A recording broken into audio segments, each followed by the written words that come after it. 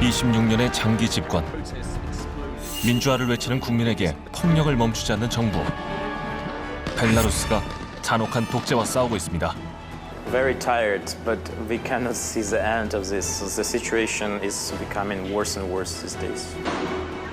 세계 곳곳에선 오늘도 여전히 민주화를 향한 투쟁이 계속되고 있습니다. 그리고 앞서서 같은 시간을 지나온 광주의 5.18은 이들에게 힘이 되고 있습니다. Belarusians today want what people in Gwangju got in 1980. 한 줄기의 빛을 비추는 등대처럼 민주주의, 자유, 그 이름에 소망을 안겨주는 광주. 5월 정신은 지금 세계로 퍼져가고 있습니다.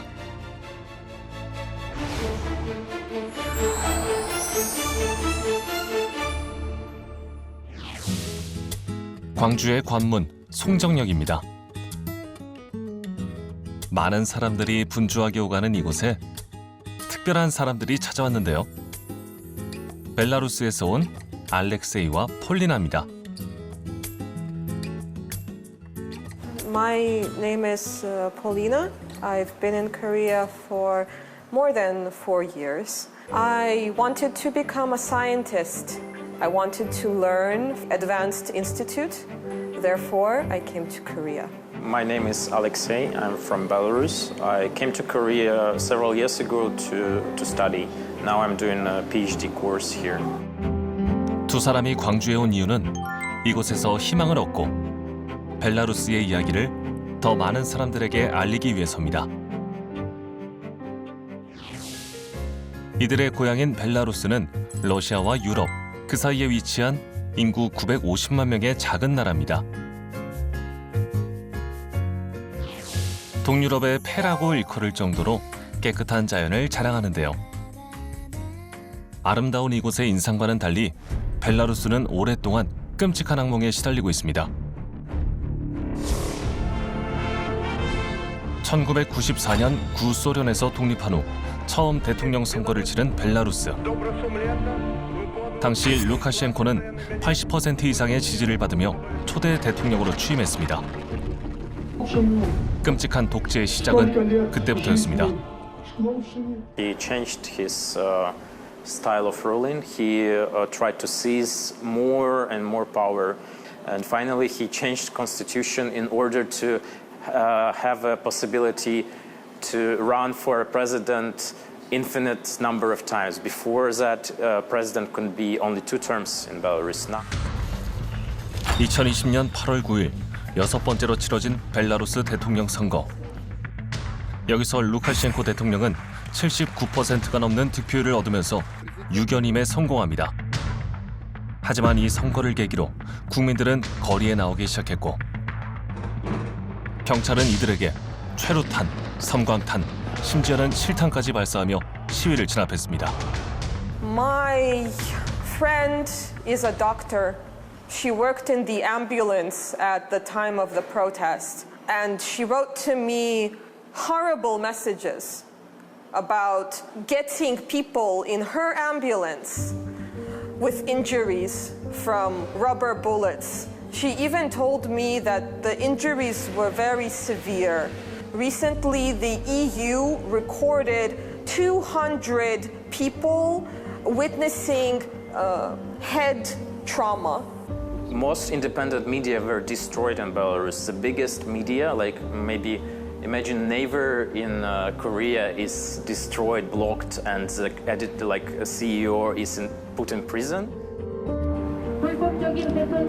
벨라루스의 언론이 통제되자 자국의 상황을 세계에 알리기 위해서 활동을 시작한 벨라루스 사람들.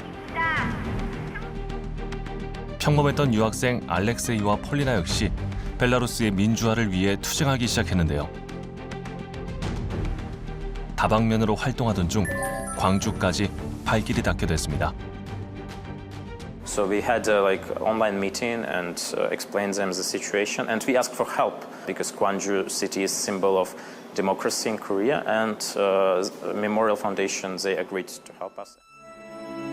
2021년 8월 9일 제안 벨라루스 시민 모임은 광주에서 벨라루스 민주항쟁 1주년 기념 행사를 가졌습니다. 우리는 평화적인 방식으로 평화와 민주주의를 추구하였습니다. 벨라루스와 마찬가지로 독재의 참혹성을 알고 있는 광주.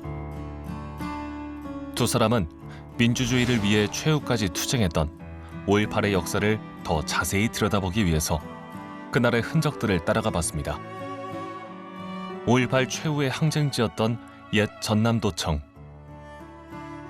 더 생생한 80년 5월의 현장을 살펴보기 위해 바로 옆에 있는 전일 빌딩으로 향했습니다. 5.18 민주화운동 현장의 중심에서 그날을 목격한 전일 빌딩은 2020년 5.18의 역사를 품은 문화공간으로 다시 태어났습니다. 특히 이 건물에 남은 총탄 자국은 당시 계엄군이 시민들에게 헬기 사격을 가했다는 결정적인 증거가 되어주고 있는데요. 벨라루스의 현 상황과 다르지 않은 광주의 역사 앞에서 두 사람은 울분을 토해냈습니다. Lukashenko himself flew on a helicopter over the capital city and landed in his government palace and came out to people holding a gun. Together with police and army, he stood next to the peaceful protesters and threatened them. And he used violence against people on the streets, in jails. Many were tortured, several dozens were killed. 빌딩 가장 높은 곳에서 80년 5월의 현장을 내려다봅니다. 과거가 아닌 지금 현실에서 독재와 맞서는 벨라루스 사람들. 이들에게 5.18은 어떤 의미로 다가왔을까요? If I could ask something to Korean people who were involved in Gwangju uprising, I want to ask them, where did they find the strength to confront this evil? I want to ask them, how did they manage? How did it work? So that I could also know how to help people in Belarus find that strength for themselves. 벨라루스뿐만이 아닙니다. 여전히 세계 각국에선 80년 5월의 시간들을 지나고 있습니다. 그리고 광주는 이들에게 희망이 되고 있습니다. Gwangju is the symbol of democracy, of the fight for democracy that will never end. Democratization is a process. It will go step by step forward, but we must be together, always unite like the people of Gwangju. 특히 미얀마는 2021년 군부가 쿠데타를 일으키면서 민주주의를 외치는 시민들을 탄압하고 있습니다. 현재 400일이 지난 지금 여전히 미얀마 군부는 시민들을 무차별적으로 공격하고 있는데요. 민간인 마을을 방어하는 것은 물론 최근엔 거리 시위에 참여했다는 이유만으로 시민들에게 사형을 선고하기까지 했습니다. 군부 쿠데타 이후 지금까지 발생한 민간인 사망자 숫자는 무려 1,800여 명에 달합니다. 하지만 미얀마 국민들은 이에 굴하지 않고 민주화 운동을 이어가고 있습니다.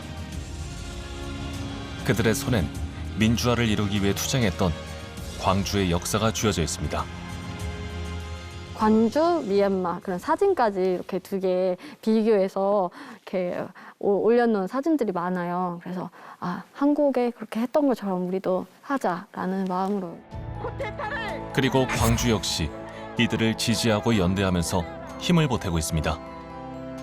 1980년 5월의 사륙을 이기고 우리나라에도 실현된 민주화 인권이 미얀마에서도 반드시 이루어질 것입니다.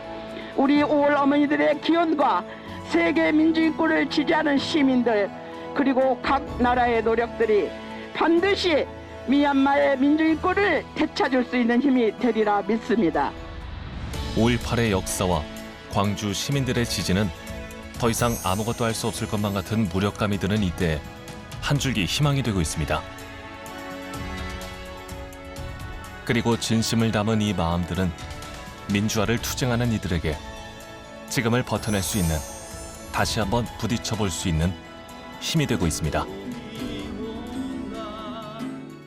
지금도 민주화를 이뤄내지 못한 그 제3세계와 저개발 국가의 민주화를 위한 대단히 중요한 그런 모멘텀을 제공을 해주는 그런 사건이라고 생각을 하거든요. 지구적 차원에서의 민주화, 지구적 차원에서의 인권 허브의 역할, 중심 축으로서의 역할을 광주가 해낼 수 있다면 5.18이 인류 발전에 기여할 수 있는 그러한 중요한 길이 되는 것이죠.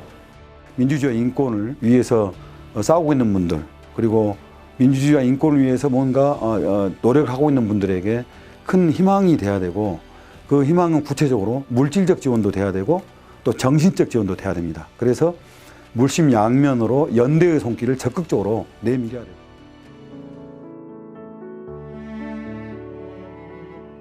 세계는 왜 민주화를 부르짖으면서 한국을 떠올렸을까요? 각국의 사람들은 왜 5.18의 역사를 따라서 이 광주까지 오고 있을까요?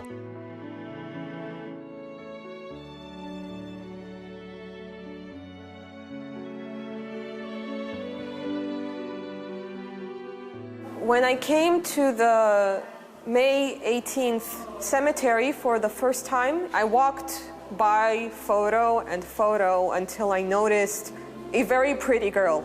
She died when she was 15 years old.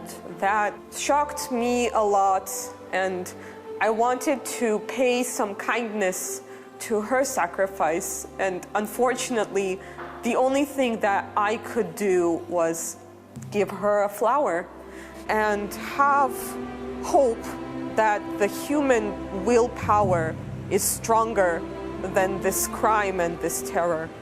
Belarusians today want what people in Gwangju got in 1980. I would like to ask to just be informed about Belarus situation. You know, in Korea, people don't know much about Belarus, so we should try to let them know more about what is going on in Belarus. And of course, I would ask for solidarity with Belarusians, with Belarusian democratization movement. 넘을 수 없을 것만 같은 벽 앞에서도 포기하지 않고 싸우고 있습니다. 세계 속에서 당당히 자신의 목소리를 내면서 지지와 연대를 이어가고 있습니다. 민주화를 외치는 이들에게 광주 5.18 민주화 운동은 까만 어둠 속에서 어디로 가야 할지 방향을 비춰주는 밝은 등불이 되고 있습니다. 그 불빛을 따라서 한 걸음씩 걸어가는 누군가에게 80년 5월의 역사가 희망이 되고 용기가 되길 바랍니다.